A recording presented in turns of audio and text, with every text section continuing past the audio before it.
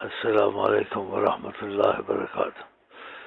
ماں باپ کا گھر اب بھی بیٹی کا گھر نہیں ہوتا ہے، اس کا گھر خاوند کا گھر ہوتا ہے۔ اس لیے خدا نے کہا وَلَا تُخْرِجُوهُنَّ مِن بُيُوتِهِنَّ، ان کو ان کے گھروں سے مت نکالو، یعنی ان کو طلاق مت دو۔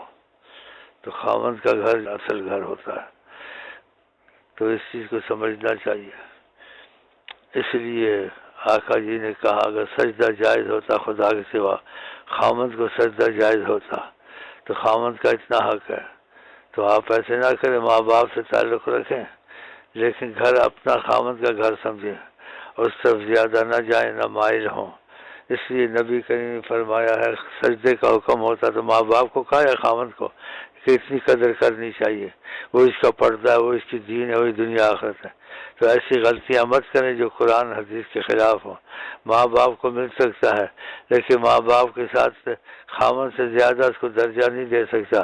اگر خاوند سے زیادہ درجہ ہوتا تو آقا جی کہتے ہیں سجدے کا حکم ہوتا تو ماں باپ کو سجدے کا حکم ہوتا، تو خاوند کا کہا ہے۔ اس میں احتیاط کریں، کبھی مل ملا کے آ گئے تو زیادہ اپنے گھر کو بسائیں، اپنے گھر کو نہ اجاڑیں۔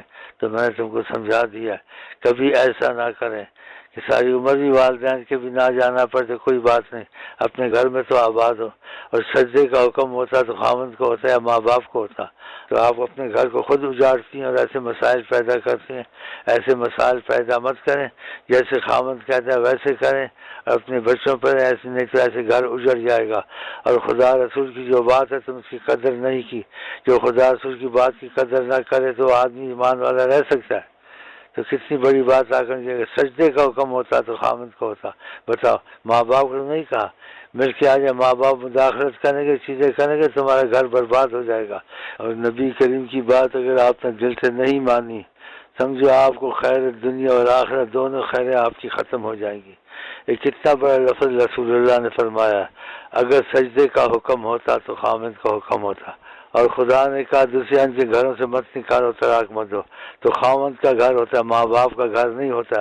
ماں باپ کی ساری عمر بھی نہ جائے کوئی حرج نہیں، لیکن ماں باپ کو خوشی ہوتی ہے اپنے گھر میں تو بسی ہوئی ہے، اگر گھر سے نکل جائے تو کہتے ہیں طلاق ہو گئی، کتنا بڑا داغ لگتا ہے۔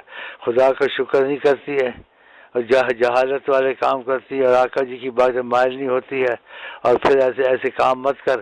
نبی صلی اللہ علیہ وسلم کو ماں باپ ہر چیز پہ فضیلت ہے، اگر فضیلت ترجیح ہے تو تم نبی صلی اللہ علیہ وسلم کی بات سے مائل ہو۔ خدا حافظ، السلام علیکم ورحمۃ اللہ وبرکاتہ۔